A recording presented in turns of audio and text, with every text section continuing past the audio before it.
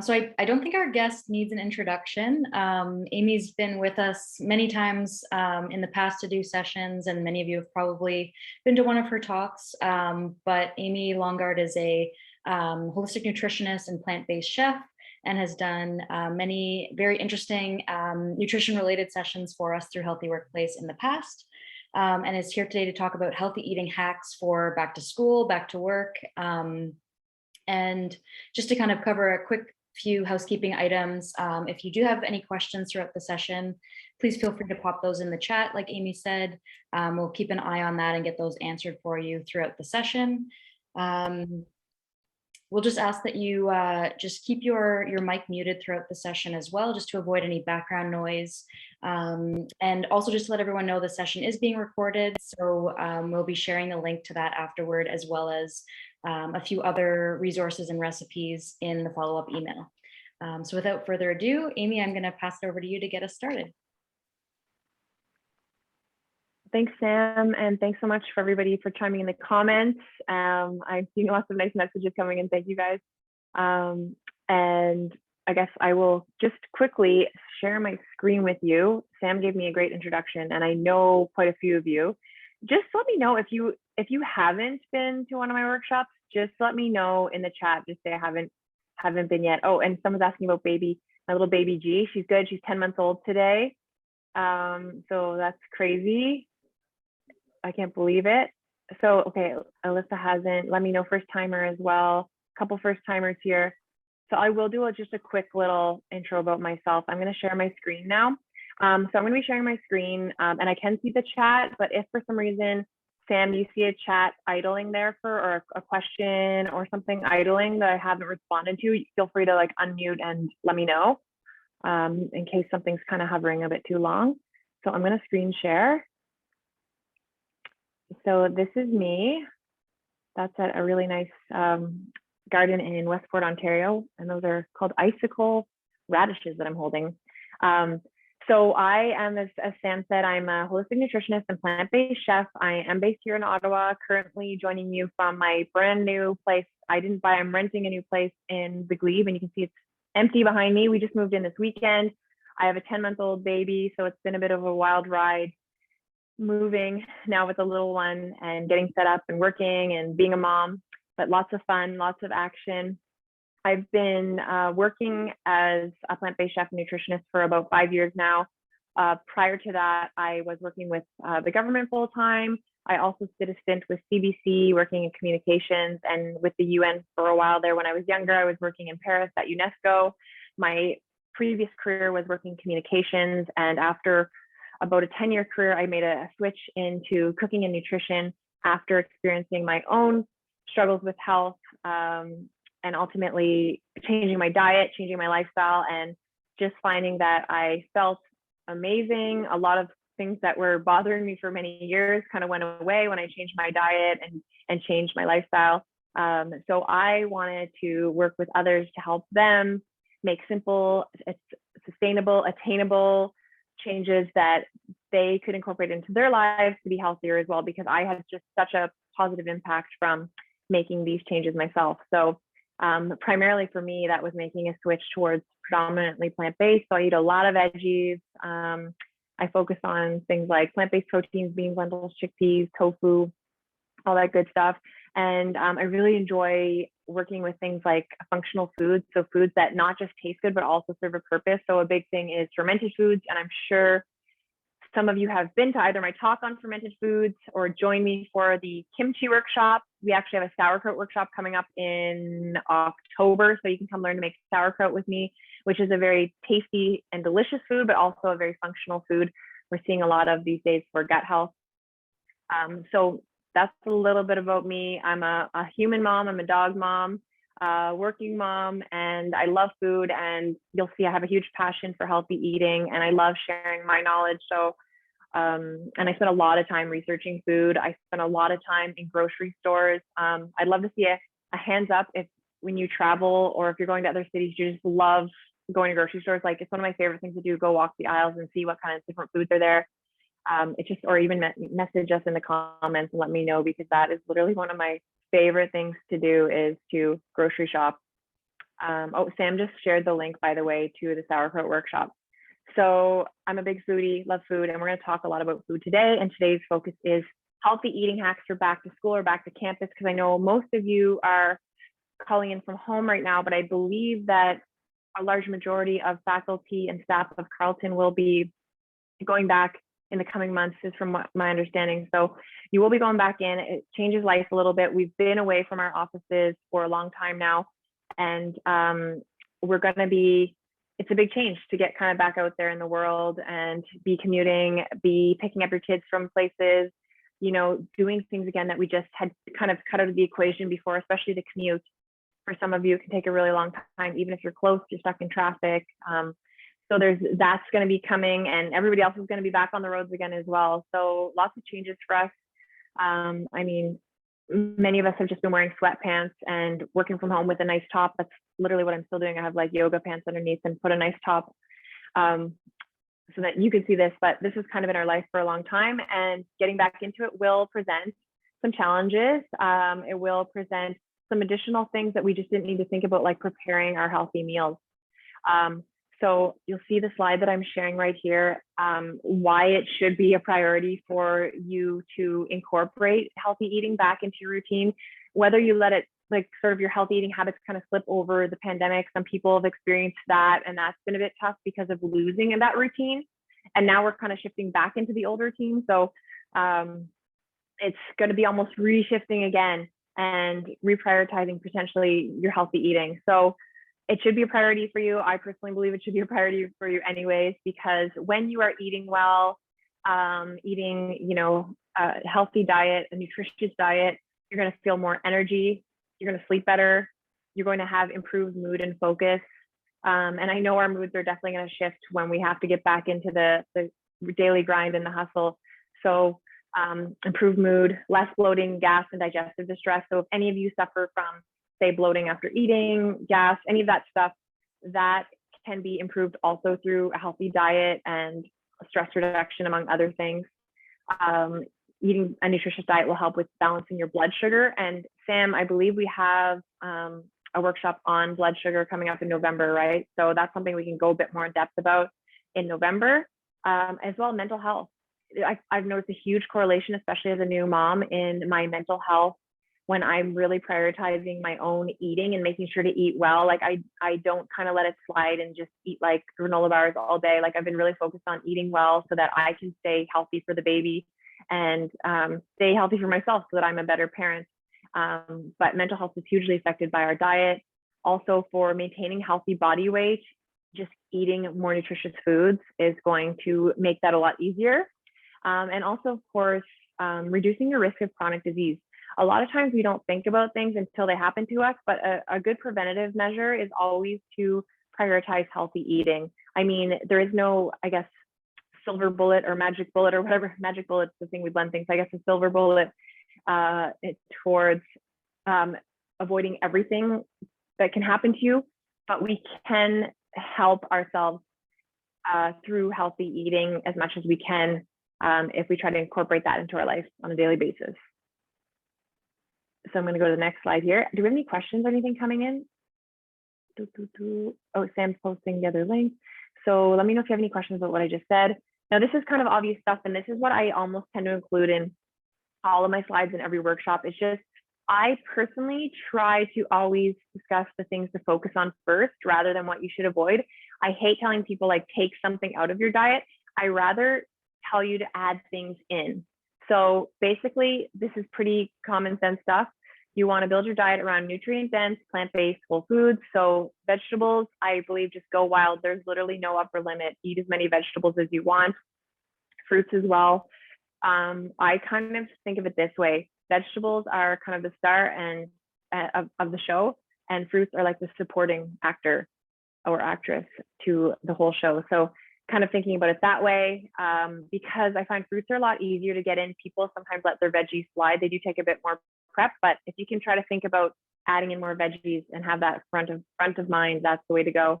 Nuts and seeds as well. Pulses. So pulses are our split peas, chickpeas, lentils, and beans, and whole grains. So whole grains would say be oats as opposed to eating oat flour, or let me think of other good examples, like eating brown rice rather than a brown rice noodle. So thinking of kind of incorporating as much of the whole foods as you can. Not that there's anything wrong with eating a brown rice noodle, but just getting in kind of the whole foods. Foods to avoid. So we definitely want to limit processed and nutrient devoid foods. So we can still eat these. I love a good donut myself. There's, I think, a Susie Q, like there's a coffee shop I've discovered in my new neighborhood, Little Victories, and they carry Susie Q donuts. They are delicious, but I'm not going to be frequenting that spot every day, but maybe once in a while. So you want to be watching out for sugary foods, refined foods, fried foods, and alcohol, just to be mindful of those. So this is just kind of where our basis is, like where I'm coming at this whole conversation from. So keeping those things in mind, just focusing on these foods, limiting these foods. It's just not that you can't have them, but keep these in your mind front and center.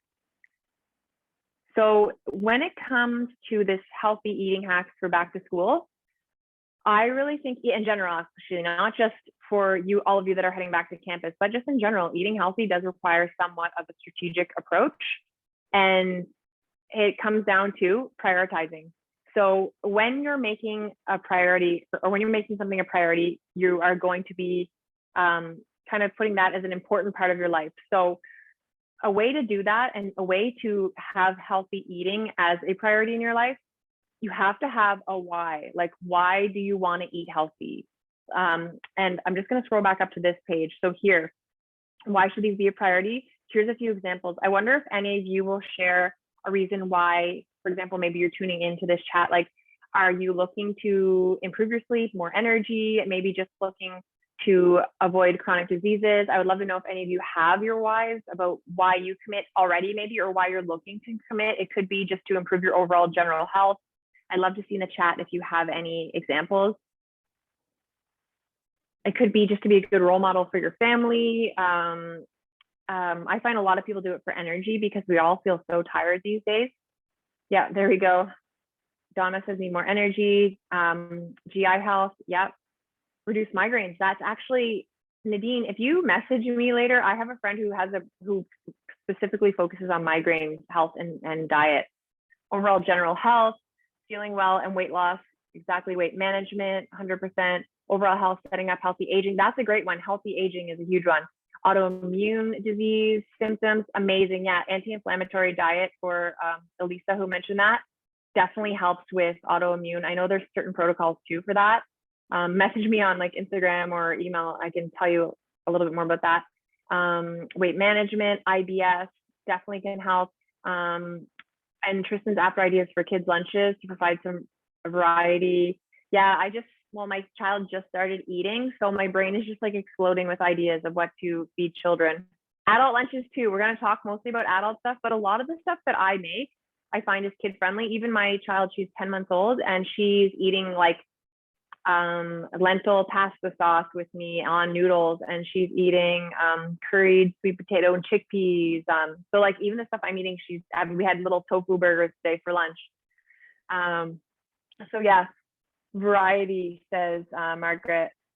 Perfect. Okay, I'm gonna scroll down. Thank you guys for sharing all your feedback there. And I did want to mention, by the way, we have a prize today. A company is giving us a prize of, and I'll show you guys at the end. So if you ever see like a time you want to take a screenshot of yourself, or maybe you're eating a healthy lunch and taking your camera out, you're going to have a chance. So take a picture of the screen at some point, and I'll tell you what to do, like when you see a good time to do a shot, or we'll use this later, or you can take it at the end. But I'm just letting you know there will be a prize coming, and I'll tell you a bit more. Someone will win it. So anyways, our why, we're back to that. It's just really important to remember your why. So for me, I found I actually commit mostly to healthy eating because I suffered from a lot of sinus colds and like sinus infections and coughing for many, many years. And when I switched my diet and took out sort of the things that were causing me issues, it never came back. My sinus colds and infections never came back. It's been, oh my gosh, like 10 years at least now. So, or almost 10 years that I've had any sinus colds or infections. So it's been awesome. Because for me, I was allergic to dairy.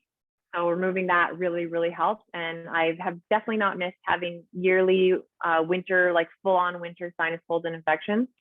That's been great. So our next point is you've got to make an investment. So in terms of your healthy eating hacks for back to school, like if you're like looking to make it a priority, you've also got to do some form of investment in order to make it stick. So basically time or money, I'm going to put it that way. So time, if we're talking time and it comes in terms of time to committing to healthy eating, it's doing your grocery shopping and meal prep. So taking time each week to plan ahead for your meals, know what you're going to do, write that grocery list, head to the grocery store with your grocery list in hand, and make sure that you're buying everything you need, maybe going once or twice a week or 3 times a week, and doing that and committing that time to doing meal prep, whether it's you prepping on your own, prepping with the help of your kids or your partner or your spouse or your roommates, whatever. You really want to take time to commit to doing that grocery shopping and meal prep. And that's a huge help because when you're prepping your own food, you know what's going in it. You know that you're getting lots of veggies. You know that you're putting less sugar. You know that you're putting in less unhealthy fats, you know, salts, all that stuff that is going to contribute to potentially digestive distress, low energy, all that stuff. So you know what's going in your food when you're prepping it. And you also have your fridge full of nice Tupperware. And we did a talk, I believe, a couple years ago on meal prep, and we talked all about meal planning and prep and all sorts of tips on that. But I do meal prep myself. It saves a lot of money too, by the way, but it does take your time. So that's when we're talking about investing your time. You can also invest your money into ensuring that you're eating well. So that could include meal delivery services. So I'm going to stop it right here right now and see, any of you use any meal delivery services locally or anything like HelloFresh? Because I know those are a way to actually choose healthier meals. They do a lot of nice fresh vegetables. It's like pre-made for you, I believe. There's a bunch of different ones. And yeah, Donna said the expense did make her stop. And that's the thing, right? So it is expensive. And even maybe some of you may even use personal chefs. I know that's an option. There's also ways to get healthy prepared foods, but I'm curious to see if anyone's used meal delivery services, had any good experiences. I know there's one called Chef, like MMM Chef. She does an amazing job. HelloFresh is a good one. There's Naturally Vero, which is a plant-based meal service. She's really good. And I can't think of any others right now, but I know there's a bunch of different ones. Good Food, yes, Chef's Plate. So some people use these, and it does cost more per meal, definitely. But for some people, that's sort of an area in their budget that they will allot because they know that they're going to be eating a little bit healthier if they invest in these meal services. So there's that. There's the option of personal chefing, which can be way more expensive. Some people commit to that though because they want specific meals tailored to them. And there's also prepared foods. So sometimes you can buy healthier prepared foods, and I'll show you some of that later on in the chat. Like I have a few links that I'll share with you guys of things that I use, because honestly, I was kind of one of those people that made everything from scratch before having a kid.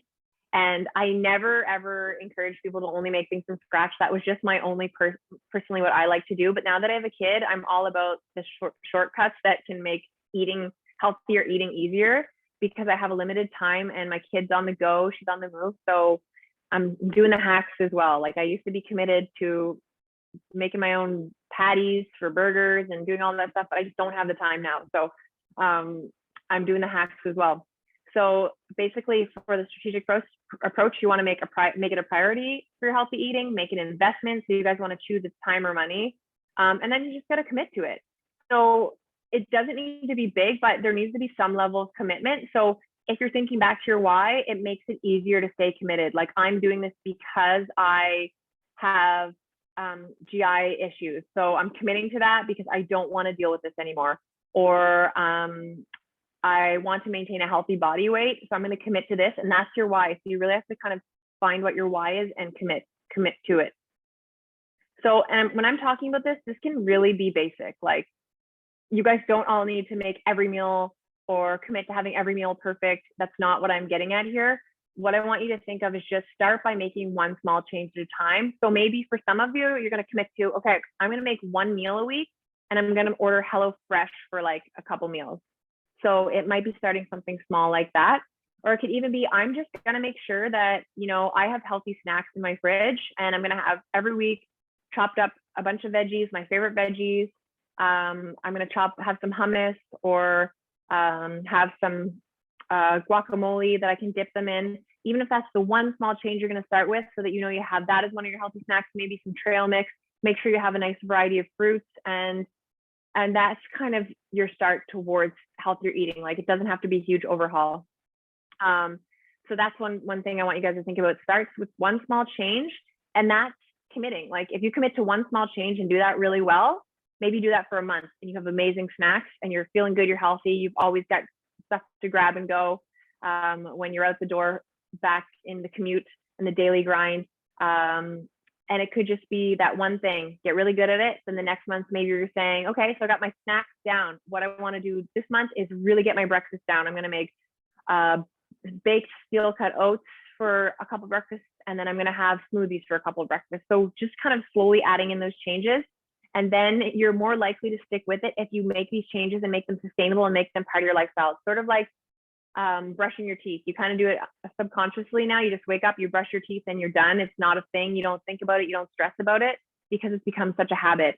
And it's funny, I've just started giving a toothbrush to my little girl because she now has 5 teeth, and she's really enjoying it. So we're making it fun, so this habit really sticks, and something she enjoys. It's something she knows she's going to do every day.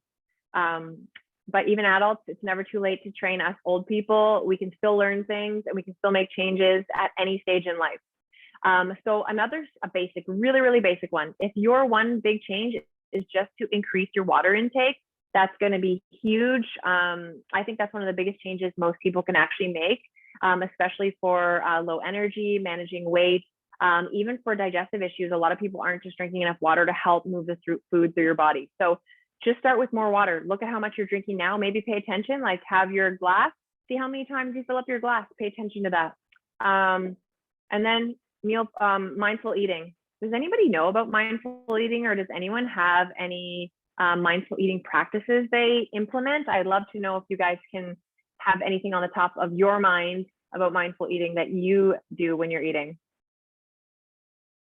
Oh, and I just want to mention that Daphne said one good thing about the meal delivery boxes is that you can actually keep the recipes. So they all come with a recipe. So if there's some that you actually like, you can kind of hack that and maybe reverse engineer the recipe and make that at home if you find something you really like. So does anyone know about mindful eating or have anything that they incorporate? Let's see. So I'll give you guys an example. One thing is sitting down uninterrupted in a nice spot without distraction to eat your food. Just really paying attention to your food that you eat. This actually is a huge one for weight loss. A lot of people just eat so mindlessly that they're not paying. Oh yeah, someone's saying try to slow down, eat. Lynette just said that, and take a sip of water after each couple bites. Yeah, so they're really slowing things down. That's sit down, slow down, remove distractions, just sit there and eat and pay attention to your food. You're more likely to actually eat the adequate amount rather than over consuming food if you're mindful eating, just sitting there with no distractions, eating and enjoying your food. You can really pay attention to your food too. And if you want to slow down, like pay attention to what side of the mouth are you chewing on? Like, do you always chew on this side, or do you notice you chew on that side? I notice I tend to favor one side. So when I start mindfully eating, I try to kind of swish the food from one side to the other. So I'm not just chewing on one side and favoring it. Also having your fork when you're eating with a fork, scooping the food up in your mouth, putting your fork down and just leaving it until your next bite, that helps you slow down rather than kind of going like shoveling it in your mouth. And there's also just taking time before you sit down to eat to just breathe, calm down, relax your nervous system. So take a deep breath, step away, remove stressors in your life, and just sit down and eat. So just being mindful about your food, not eating on the go. Like when you're walking and kind of eating while you're walking, it makes it very, very hard to digest if you're on the go while eating. So mindful eating, I definitely recommend those of you who don't practice it to take a moment. This isn't the topic of today's thing, but take a moment and Google mindful eating, and you'll see lots of good information online. And then there's meal planning and prep, which we talked about in the previous slides. That's part of like investing your time.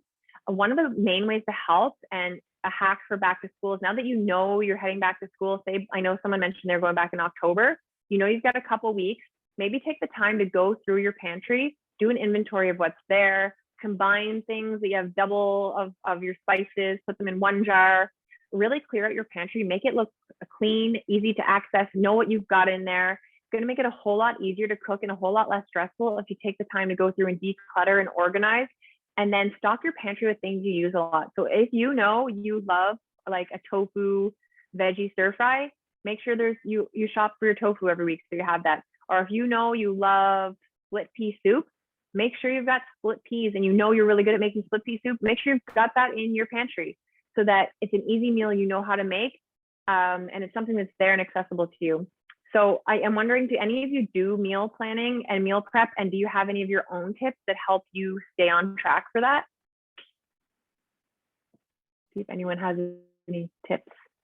Like, do you prepare a bunch of batches and freeze them? Or do you say chop up veggies and have them in the fridge so you can pull them out for the kids after school? Or do you buy certain things in bulk? I'd love to know, any of your meal planning, meal prep tips.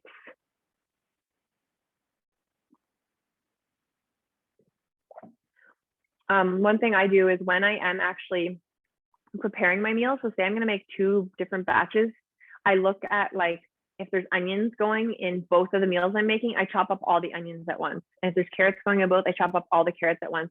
I kind of do things almost as if think about being in a restaurant and being very efficient, and that really helps me with my meal prep. Sometimes even if I'm just chopping carrots to go in a soup, I'll just also chop up some extra carrots and put them in. I'll put them in the fridge just so they're there as a snack. And Catherine says shredded cheese for homemade pizzas, do a lot at once. Okay, perfect. So you kind of have it shredded, ready to go. And I think you can just put that in the freezer too if you end up having a lot. That's an idea.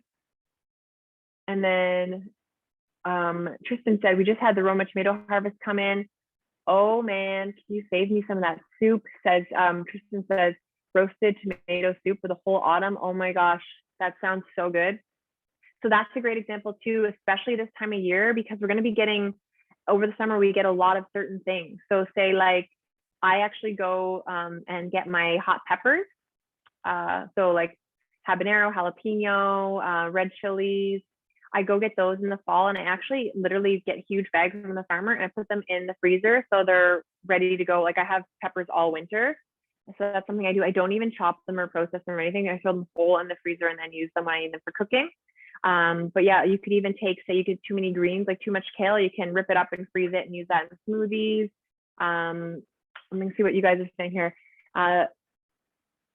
Okay, so her niece cooks 2 or 3 different proteins on Sunday for a few days during the week, and then always has raw veg or salad stuff to have with them.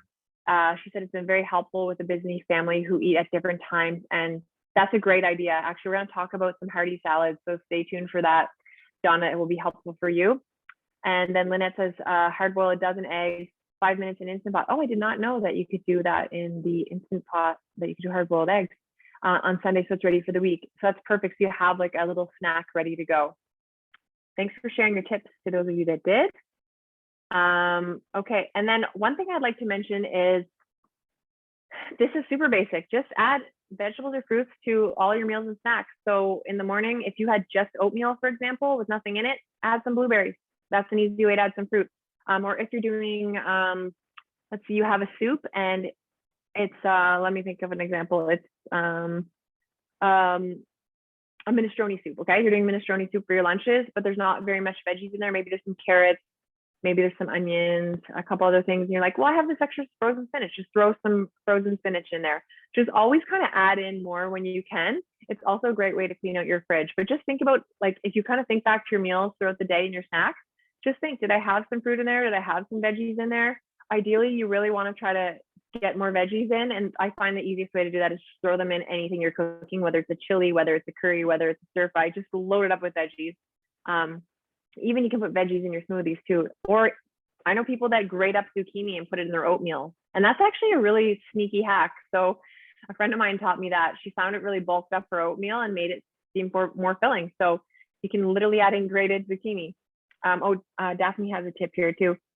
Oh, there's a whiteboard on the inside of the basement door. The top is for scheduling what I think we'll eat for the week. And then the bottom is what's already made. That's a genius idea. Ideas for what to make next based on what we were craving, haven't had in a long time. That is such a good idea. So I hope you guys all go look at the chat and just can even screen capture what Daphne wrote there. That's an amazing idea. Oh, and Lynette's asking, when you freeze the peppers, are they soft when they thaw? Yeah, so it depends. Like the habanero, they have a thinner skin, so they're kind of softer.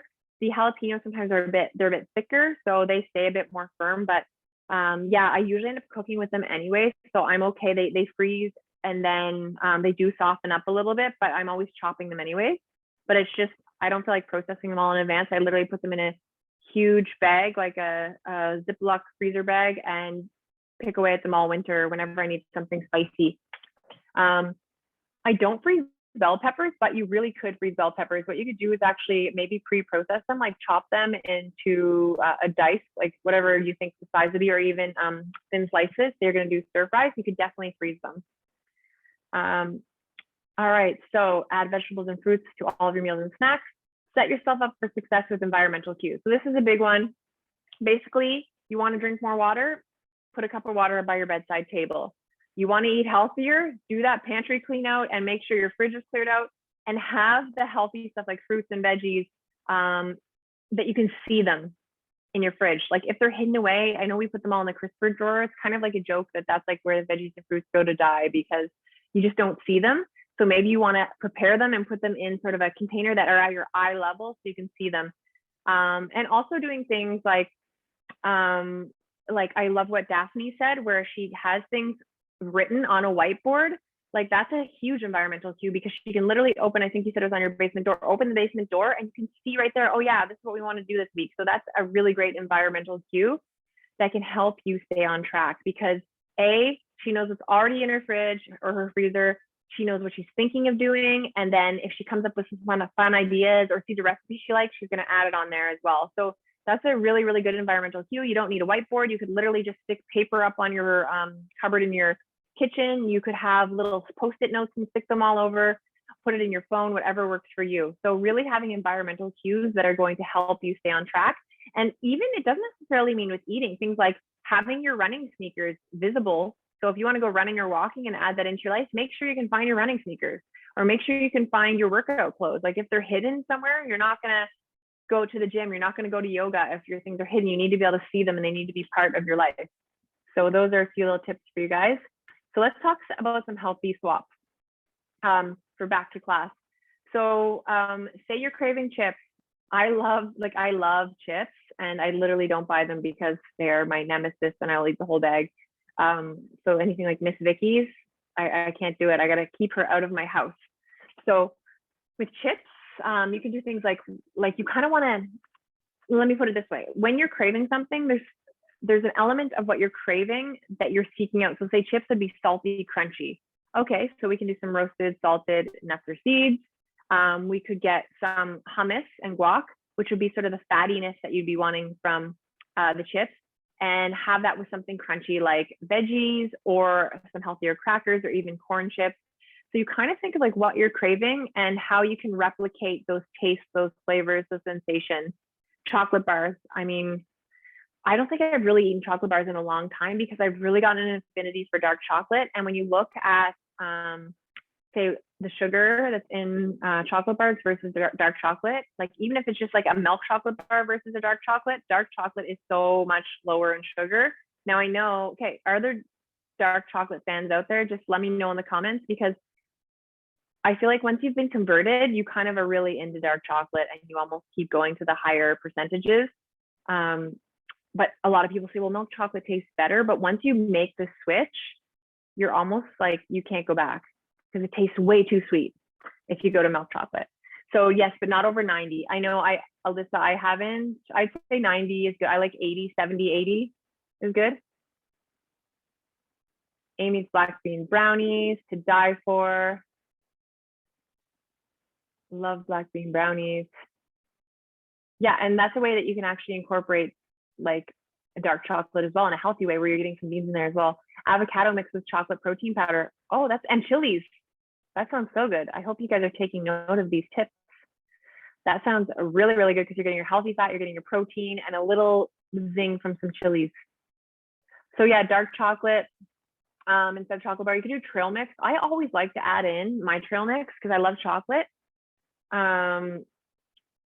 I add in like say a dark chocolate chip and I'll do like pumpkin seeds, walnuts, sometimes hemp hearts, a bit of coconut in there, and make a really yummy trail mix.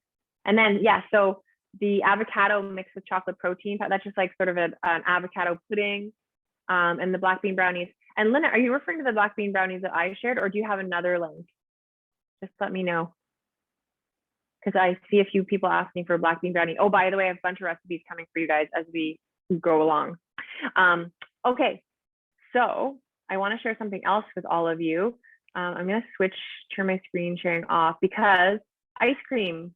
Who is an ice cream fan here? There is a way to healthify it, super easy. Let me know if you love your ice cream. Second, I'm going to share. Where is this? Hold on. I want to share with you guys my screen. Okay. So I'm just going to stop the screen share, stop share. And then, hold on, I'm going to share again. I'm going to share with you. Screen share. Okay. So I'm going to share this recipe with you guys. It's amazing. Like, you can literally eat ice cream for breakfast, but this is such a good one. I do a cherry chocolate ice cream. You could do something like this, but you could add peanut butter in. It's honestly just frozen bananas blended in your food processor or your blender. And then you mix in cocoa or cacao powder, a little bit of vanilla. I add in like some dark cherries, but you could dark sweet cherries. You could even add sour cherries if you like those, or you could go with something different like pineapple. You could add in mango. You could even take out the cocoa and you could turn it into more of a vanilla flavor. But the cool thing is that when you make nice cream, this is what it's called when you use bananas, it's literally just bananas and you blend them and you add in whatever flavor profile you like, and it has a soft serve texture. So we'll share that recipe. So that's just something like, if you're craving ice cream, try something like nice cream. Let me just go back. I'm going to share my other screen. Share again. Going back to the healthy swap screen share. Okay.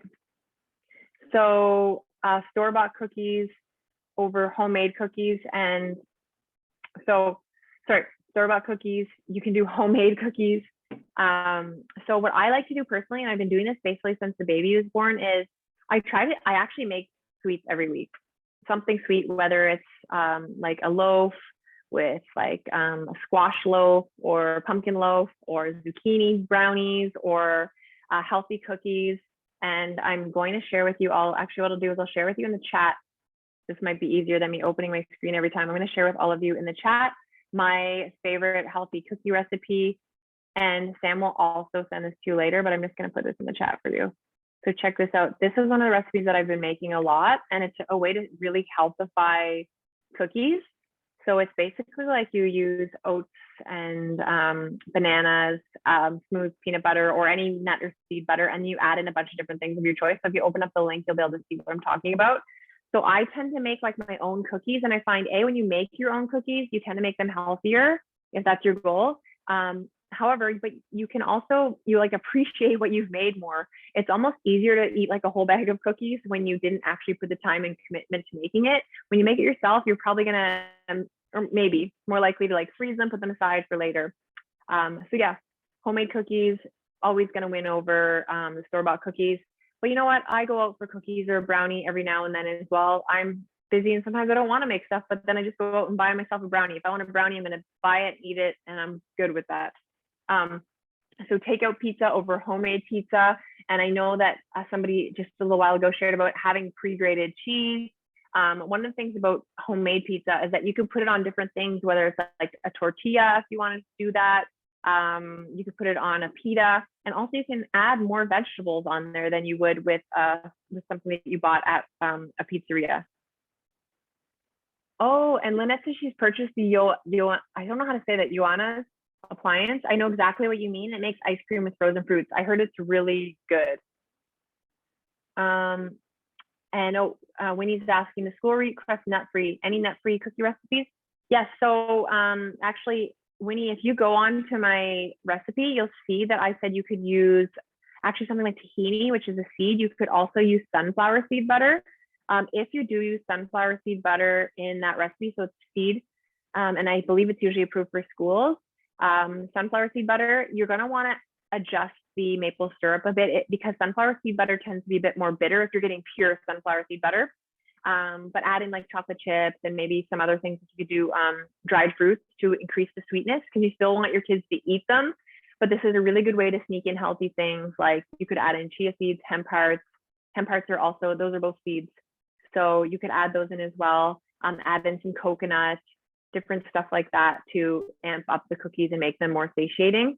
But yeah, so when you check that out, I think I have in the directions, you'll see I have some sort of tips on alternate nut-free butters. So have a look at that. See any other chats coming in? Nope. So pizzas, yeah. Try making homemade pizzas. It doesn't need to be complicated. I know some people are buying those cauliflower crusts too. Those are really interesting. And it's kind of a different alternative to, say, a more refined flour crust. Try the cauliflower one. You can even make your own cauliflower crust. I don't know if anyone's done that. Oh yeah, okay, sorry, Lynette was talking about my zucchini brownies, not black bean, but the zucchini brownies are delicious. If anyone can find and post them, if you go, you could share them maybe on in the chat. The zucchini brownies I'm obsessed with. I made them all the time when I was pregnant, and funnily enough, my child loves zucchini. I don't know if it like went through to her when she was growing in my belly, but she now loves zucchini. And it was almost like a joke. I was making zucchini brownies every week because in the summer I just had so many zucchinis. Oh, perfect. Thanks, Sam. If you want to try the zucchini brownies. Now, okay, so I've kind of talked about takeout versus homemade. Basically, long story short, anything that you want to do from takeout, if you want to try to do it at home, that's an easy health, like that's just a huge health swap because again, you're controlling the added sugar, salt, and fat. So if there's something you like to make takeout, like say pad thai, I have a really good pad thai recipe on my website in the recipe index. Try that instead of takeout. Again, this is time versus money, and you kind of have to negotiate what works for you. But my second last point, as you see here, if you really want to eat the pad thai from your favorite restaurant and you're really craving it, just go get it. Don't worry about it. Just eat it, enjoy it, have fun. Food should be enjoyed and you shouldn't be stressing about it. So there's going to be times when you're going to want that treat, when you're going to want that takeout, and that's okay. Because what it comes down to, as I say in the last point here, it's not what you do sometimes, it's what you're doing most of the time. Like I'm telling you, I'll focus my life a lot around healthy eating. But yesterday, I still got a brownie when I was out and about with the baby. I still get treats, but it's just that most of the time I'm focused on that healthy, whole foods, plant-based eating. Okay, so I'm going to talk to you guys now. We've got about 10 minutes left. I want to quickly go through, and I'm going to actually share all of these things. Well, not all, but most of them I actually have corresponding recipes. So I'm just going to quickly talk about what I would make during a weekday. And now that I have a baby, like I'm really so much harder to cook because she's so busy. So a lot of these things are stuff that I actually do. So let's go through this quick. So, and I will share a recipe for the stir fry that I do. It's really, really good. It's a teriyaki tofu stir fry. So stir fry is a really good one for a weekday meal. And this is why I think so. So A, you can choose your protein that you want. I use tofu, but you guys could choose whatever you want to do. You can also prep the vegetables, either say you are working from home. What I do often is I kind of prep the vegetables, say when the baby's in her high chair and she's eating, I'm prepping for another meal. So I'll be chopping up, say, the red peppers, the broccoli, the onion while she's kind of occupied. Or you could do that, say you're on your lunch break at home. You can maybe do it in the morning if you're up before everybody. So something like a stir fry, something you can gradually prep over time, and you can put the prep stuff in the fridge, and then it's a meal that comes together very quickly at the end. So I'm going to share one of my favorite recipes. It's actually not from my website. It's from somebody named Drina Burton. She has a lot of good recipes. So I'll share that stir fry. Sam will email it to all of you later. And I like to pair it just easily. Just put on some rice, put on some rice noodles, put on buckwheat noodles. It's just a really fast and easy way to get that goal, as I'm encouraging you to do, of eat more veggies.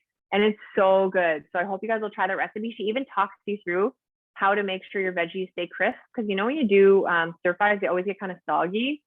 She talks to you about how to, like the order of how to put things into the wok or to your pan. And pastas, using store-bought sauce, fresh veggies, and higher protein noodles.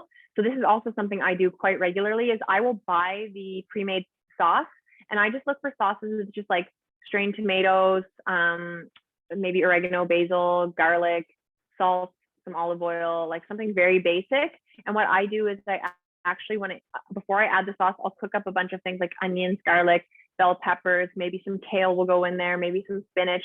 And I'll also add in things like lentils and easy things to cook. So like red lentils cook super fast. I'll add those in.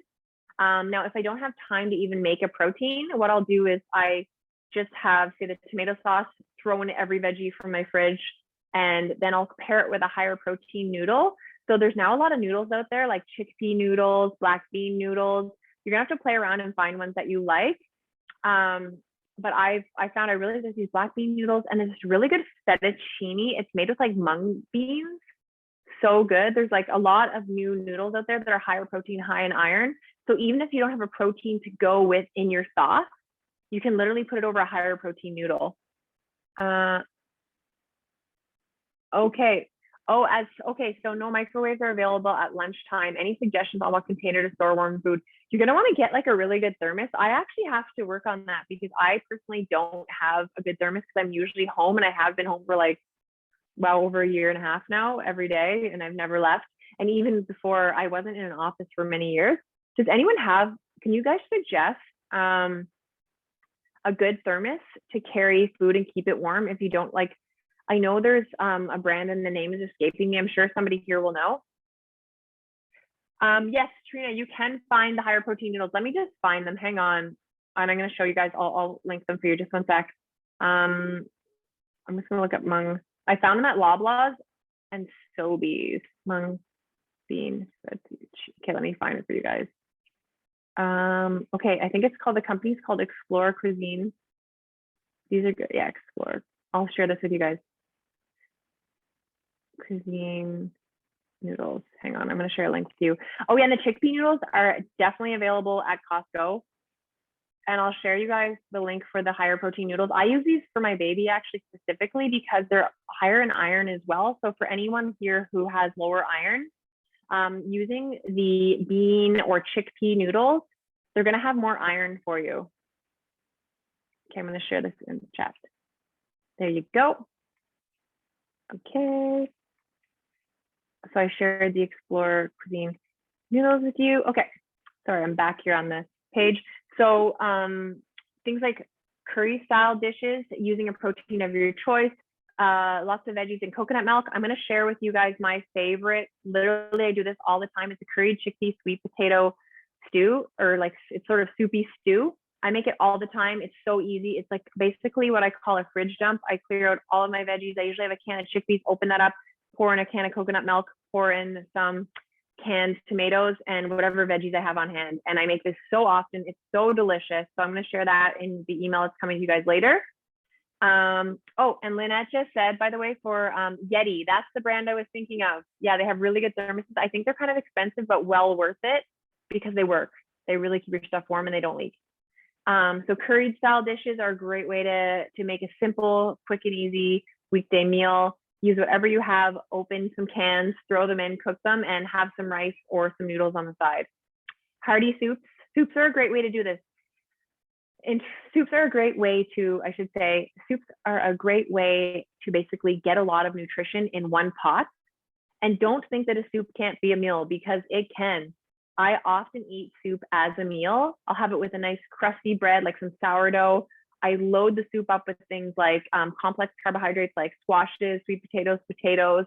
I'll add in plant-based proteins like chickpeas, beans. You could do whatever alternate proteins like animal proteins you want. Load up your soup so it's almost stew-like, and you will be full. And get yourself a nice crusty sourdough, dip it in there. It's the best thing you can do. I remember doing a cooking lesson once, and a woman said, "Oh, a soup, that's not a meal." And I was like, no, my soups are meals. Like, these are hearty, they're delicious, and you are very full. So it really depends on, you just kind of have to reframe your thinking, because soups are a great way to do something quick, easy, get a lot of nutrition in there. I like to do tofu scrambles. Have anyone tried those before? That's a favorite for me because it's basically like a stir fry, but it's even easier because you literally crumble the tofu and you just cook whatever veggies you have and add in a bit of turmeric, some salt, maybe some curry powders or whatever flavors you want to add in. And it's a really, really quick, easy way to do a hearty either breakfast or lunch or dinner. I will share a tofu scramble. I'm also going to share with you guys a hearty soup recipe that I do a lot. And then also hearty salads. If you're going to do salads, make sure they're filling. I like to do what they're called Buddha bowls. I'm sure some of you have heard of those, or like harvest bowls. You basically add in whatever, like say any grain you want, roasted or cooked sweet potato, squashes. You can add in beans, you can add in greens, you can add in roasted veggies. You add whatever you want, but the key is the good salad dressing. So in my Buddha bowl recipe, I have an amazing salad dressing, and that will help you eat basically any veggies. You pour it over. It's so good. It's so tasty. It's made with tahini as the base, so it's a seed. So I think it was when he was asking me, it's a seed-free dressing, or sorry, nut-free dressing. Definitely recommend it. So you guys will be getting that in your email as well. So making really hearty salads that are going to feature things that will keep you full. So complex carbohydrates. So something like, again, roasted sweet potatoes, roasted squashes, whole grains are going to be complex carbohydrates, and protein. So you want to make sure you get those in. And as well, if you can get some healthy fat in, whether that's in the form of a dressing using, say, tahini or olive oil, or using things like avocados, which are nice healthy fat, or nuts and seeds in your salads as well, to make sure that they're going to be satiating and filling. Because I always kind of cringe when I see somebody bringing a salad to lunch and it's basically just like a bunch of lettuce and like some salad dressing. That's too boring. You've got to spice it up. You've got to add lots of things to keep you full and satisfied. Another thing I like to do is wraps. Those are really easy. We're getting close to the end of the talk here, so I won't have too much time to go into details on these ones, but doing a wrap, because it gives you the opportunity to put, like, say, proteins, any veggies in your fridge, hummus. You can add in sprouts, which are super nutrient dense. Wraps are something we do a lot in our house. Same with fajitas, similar concept, but you know, you're using tortillas in both cases, and you're just going to saute veggies for your tortilla. You can use salsa, avocado, any proteins you want. And also grazing boards are a good option. So grazing boards are like those ones where you just put like a bunch of things on a board and you can just pick away at it, like slice up veggies, so crudités, like raw veggies. You have berries, crackers. You could have some fermented or pickled foods, dips like hummus or baba ganoush, a nice sourdough for dipping, nuts and seeds, maybe some dried fruits as well, and, you know, pair it with a little piece of dark chocolate, and you've got a nice little meal there. So I don't have too much time to elaborate on the rest of those, but I do have a bunch of recipes that I'm going to be sending along to you guys. I'm just going to switch over. First of all, questions, comments, please add them into the chat. I'm just going to stop this share, and I'm going to share with you guys something that I've been using lately. Let me just open this up. Screen share. Okay, so I think, can you all see my, let me see chat. I want to find the chat. Can you see this page? This is something I came across about a year ago, and they do, like, it's a company called eVive. They're the one that are sponsoring. They're going to give a prize to somebody here. So if you're attending this call, which you're all attending this workshop, just take a picture of the screen and tag me if you're on Instagram or on Facebook, just saying you attended the workshop with Carlton. And oh, I know, Donna, we need 2 hours to cover everything. I have so much information I want to share. So in order to enter your name into the prize, so either tag me on Instagram, and you can tag eVive as well, just saying, you know, I attended the Carlton Healthy Workplace Workshop with Amy Longard at lunchtime, learned a lot, or whatever you want to say. So just take a picture of the screen and tag me on Instagram or Facebook. If you do tag me on Facebook, just make sure you send me a message so I know that you tagged me, because sometimes they don't show up. And we will enter your name, and eVive is going to send along, I believe, smoothies. So they're basically prepared smoothies, and they're so easy. While we're moving this past week, we really leaned into the smoothies because they come in like frozen cubes, and they're all organic, plant-based proteins, healthy fruits, veggies, lots of good stuff. And they even have savory meals now. So they have like a curry, I believe. They have a mac and cheese sauce that's super delicious, made with like cashews and butternut squash. Just check out their site. Here, I'll post this for you guys. But this is the company that has a prize for us, so check them out. There's other things I even want to show you guys as well, like what I've been using lately to hack my life. Can you all see this cauli crumble? I tried this recently. It's literally cauliflower and split peas, and I've been crumbling that over. I made tacos with it, and I also added it over a salad. It was really good. High protein. There's some iron in there. These are the tofu burgers I literally had for lunch. These are so good. My baby loves them too. I cut them up into little strips. And oh, here's the pasta noodles we were just talking about. So Explore Cuisine, check those out. If you guys have any questions, I know it's going a little bit long. So I think that's it for now. It's a lot to take in. So be sure to take a picture of the screen, tag me, and I'll enter your name in to win an eVive prize. I believe they're going to send a bunch of smoothies, maybe some savory stuff as well. I'm not sure. So tag me, tag Carlton as well. Sam will see that probably. Or Sam, what account do you use? Healthy Workplace? Do you use your Instagram for? We're not on Instagram, we're on Twitter and Facebook. Okay, so tag them, tag Healthy Workplace on Twitter or Facebook too. And then Sam will know also. So I know that was a lot of info. Hope you guys got in something